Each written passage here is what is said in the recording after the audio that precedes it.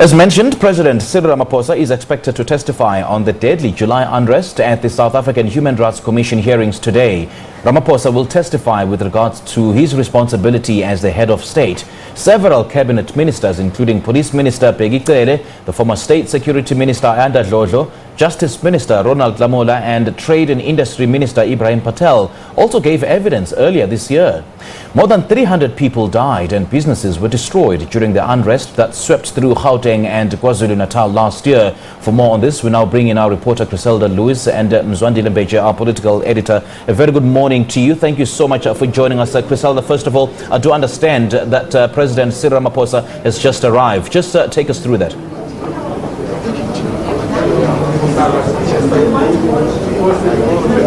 Well, that's right, Simpiwe. President Cyril Ramaphosa arrived just a few moments ago here in Sandton, accompanied by the First Lady as well as the Minister in the Presidency, Mondli Kungubere. He's waiting right here in this holding room behind me.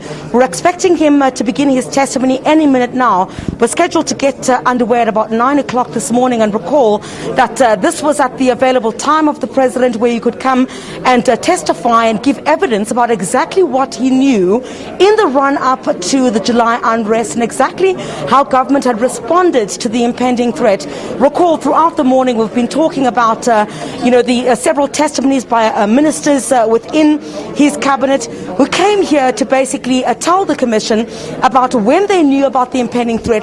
Key to this, of course, is questions about whether the security cluster in South Africa was ready to deal with the impending threat back in July. Remember that there was also an expert panel that had been commissioned by President Cyril Ramaphosa that found that the security cluster was not ready to deal with the violence in July. Basically, they'd been caught with their pants down. So we expect very much likely the President to be asked about exactly what he knew, when he knew about the impending threat, and whether, of course, government had acted sufficiently pertaining to this. I have also been saying throughout the course of this morning, Simpiwe, is that one of the questions, serious questions that had been raised was whether the state security had received intelligence prior to the July unrest. Recall, we have been saying the public spat we saw between the Police Minister General Bheki Cele as well as the then State Security Minister Ayanda Dlodlo, basically what looked to be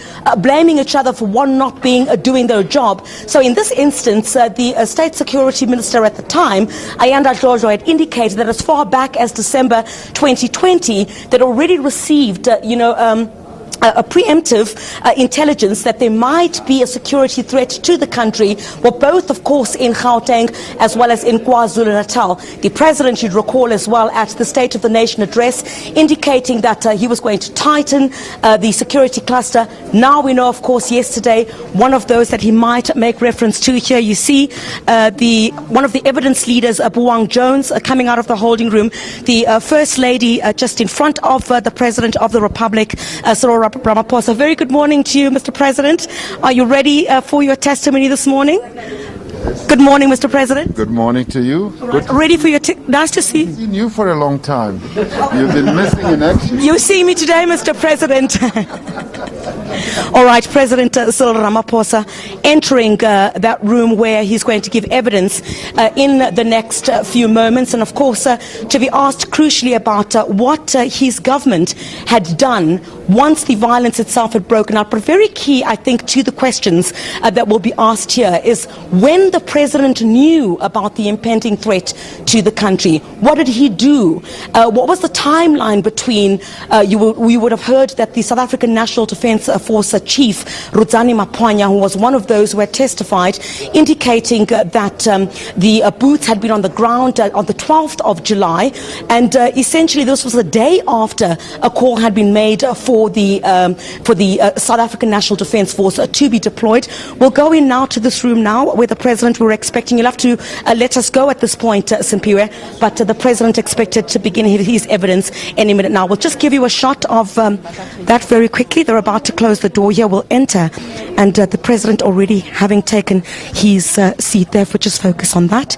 And we're expecting that evidence to get underway. This is where the evidence leaders are sitting, and on the other side there, you'll see that's where the commissioners of the South African Human Rights Commission are. We're expecting proceedings to take up until 2 o'clock. I understand that is the time that has been made, given by the presidency, I understand, for the evidence to get underway. But President Cyril Ramaphosa expected to start any minute now with that testimony. Certainly all important, given that he needs to be seen to have been in charge of what took place at the time, and the reaction of government to the July unrest at the time, and whether the president...